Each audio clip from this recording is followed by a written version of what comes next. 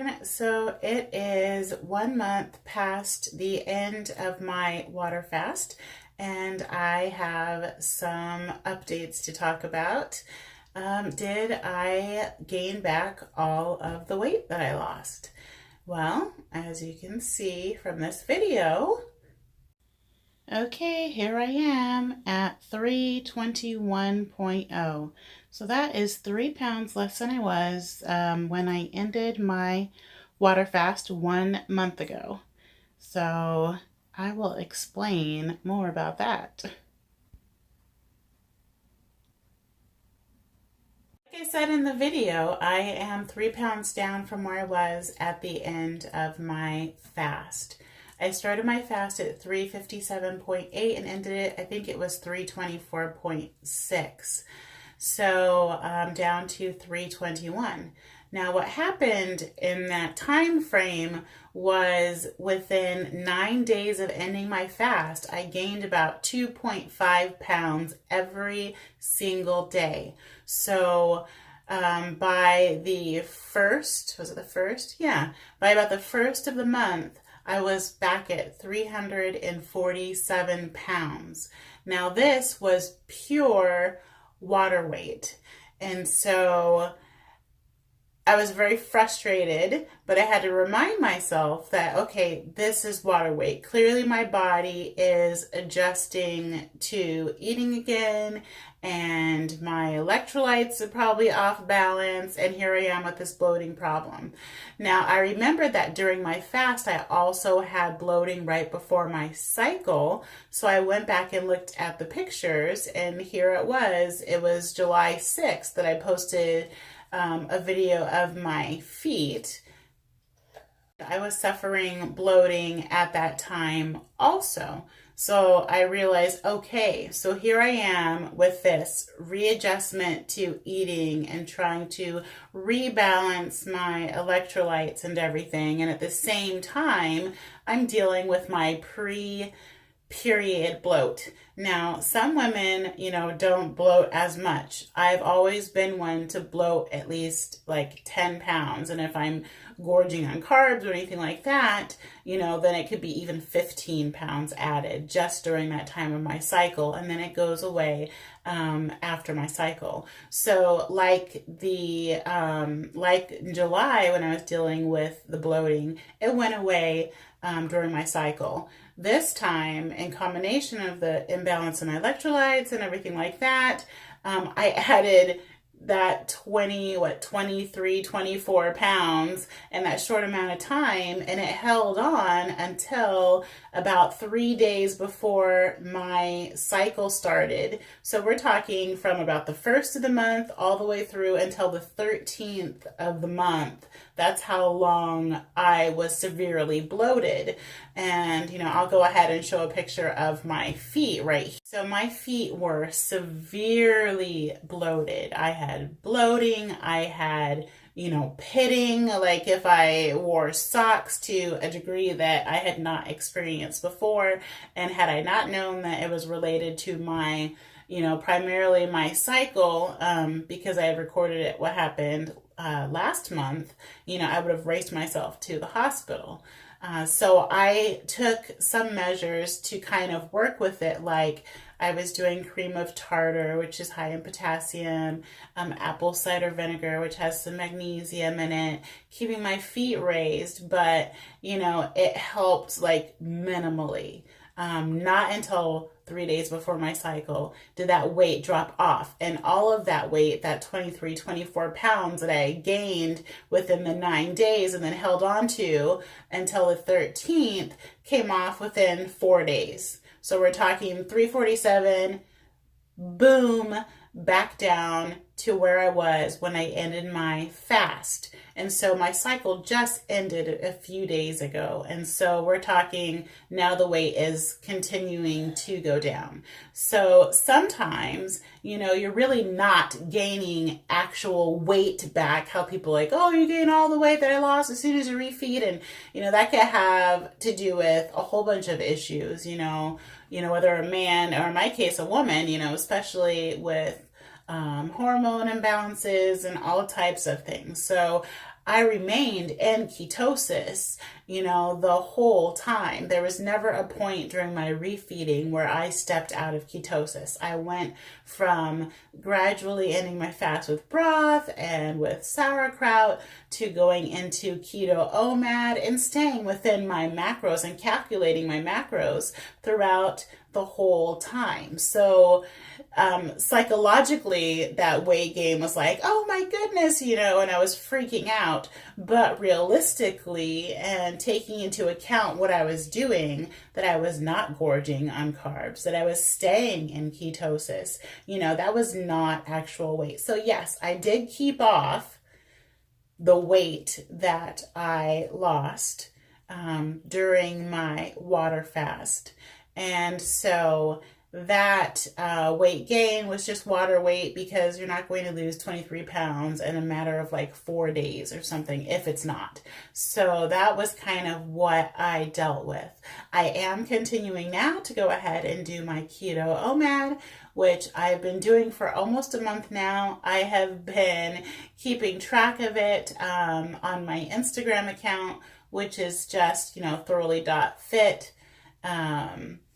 For my Instagram, and I have pictures and everything like that, but I'll share recipes and everything else as I go through sharing things on this channel.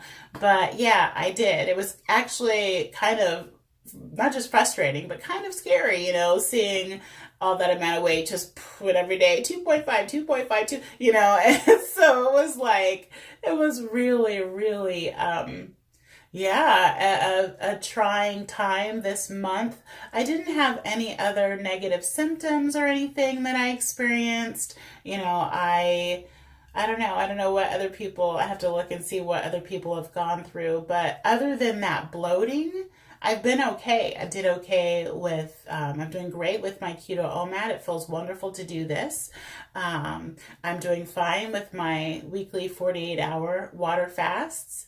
I'm eating 23, not eating 23 hours and then eating the 1 hour in the day. That has been working out well for me. So now I can say that now that my cycle's over, I've gone through that whole bloating issue, my body feels much more balanced, like I'm at a starting point now to really be able to look at, okay, so now that I've gone through that and my cycle's over and I'm at a level place, now what's going to go on and what successes am I going to have, or how's my body going to continue to respond to doing keto OMAD?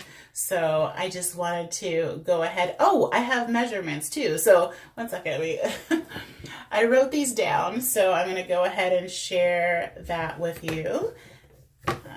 So I'm back. I had to run and grab the measurements, but there have been some significant changes from, the time before I fasted until now. So some of those changes are, remember the biggest change I had was in my waist, where I could not put the measuring tape around with the standard measuring tape.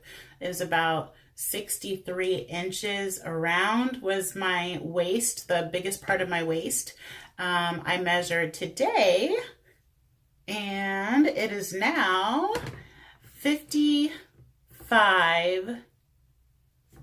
about 55.5 inches. So we're talking about 8 inches lost off of my waist, or the largest part of my stomach.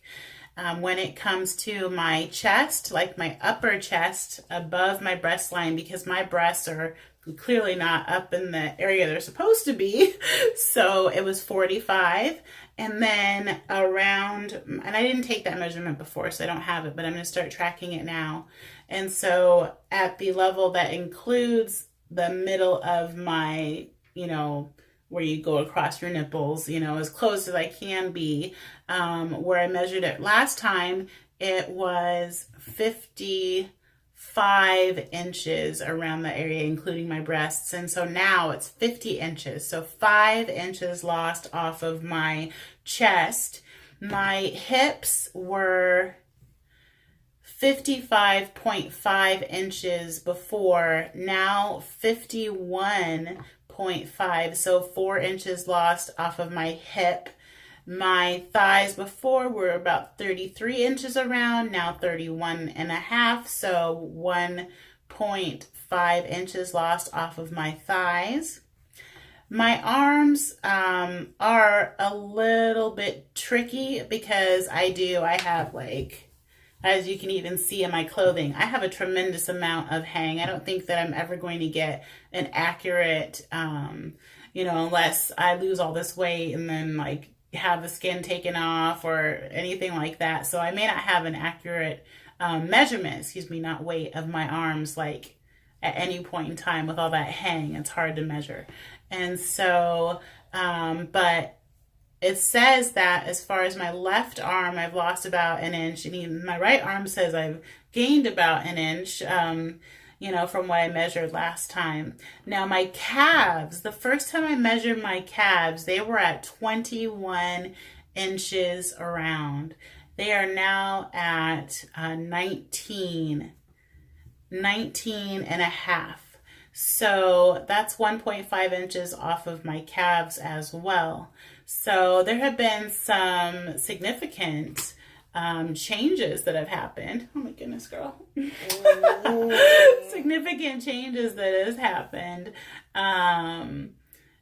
during this first part of the journey.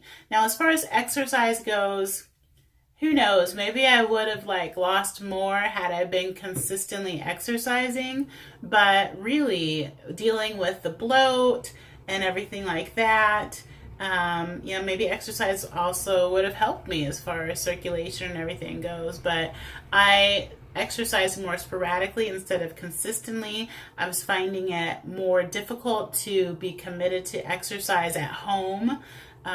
So I had a problem, like I always say, showing up, in my own home gym, as opposed to I'm able to show up if I take myself out and just show up somewhere and do a class or something. So that worked for me in the past, and so I'm doing that now. I joined Planet Fitness, and I am going to use that place mainly for the focused strength training classes.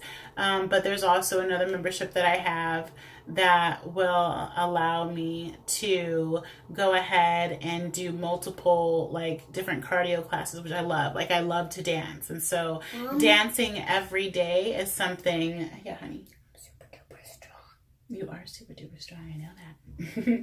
So I am going to do dance every day and then sprinkle in strength training, and I want to do strength training more because, I've lost this weight before. And so I know that I always have ended up with a significant amount of things that hang, and so I want to tighten up as much as I can as I'm going through the process. I think it's a huge mistake when people tell people to just lose weight, especially if they are as big as me. Just go ahead and lose the weight and then tighten up. It can be, especially if your skin does not bounce back, incredibly traumatic to deal with, even if you are strength training. So I think it's just, coming from somebody who doesn't have experience, to tell somebody to wait to strength train until afterwards, after losing the weight. But that's just my opinion. I'm not a medical professional. This is just my experience. So yeah, that's where I'm at. That's my 1 month update. So like I said, I'll be doing recipes and all types of fun stuff going now, and tracking everything a little more regularly now that I'm going to be in a regular routine of doing my keto OMAD as well as exercising. So thanks for watching.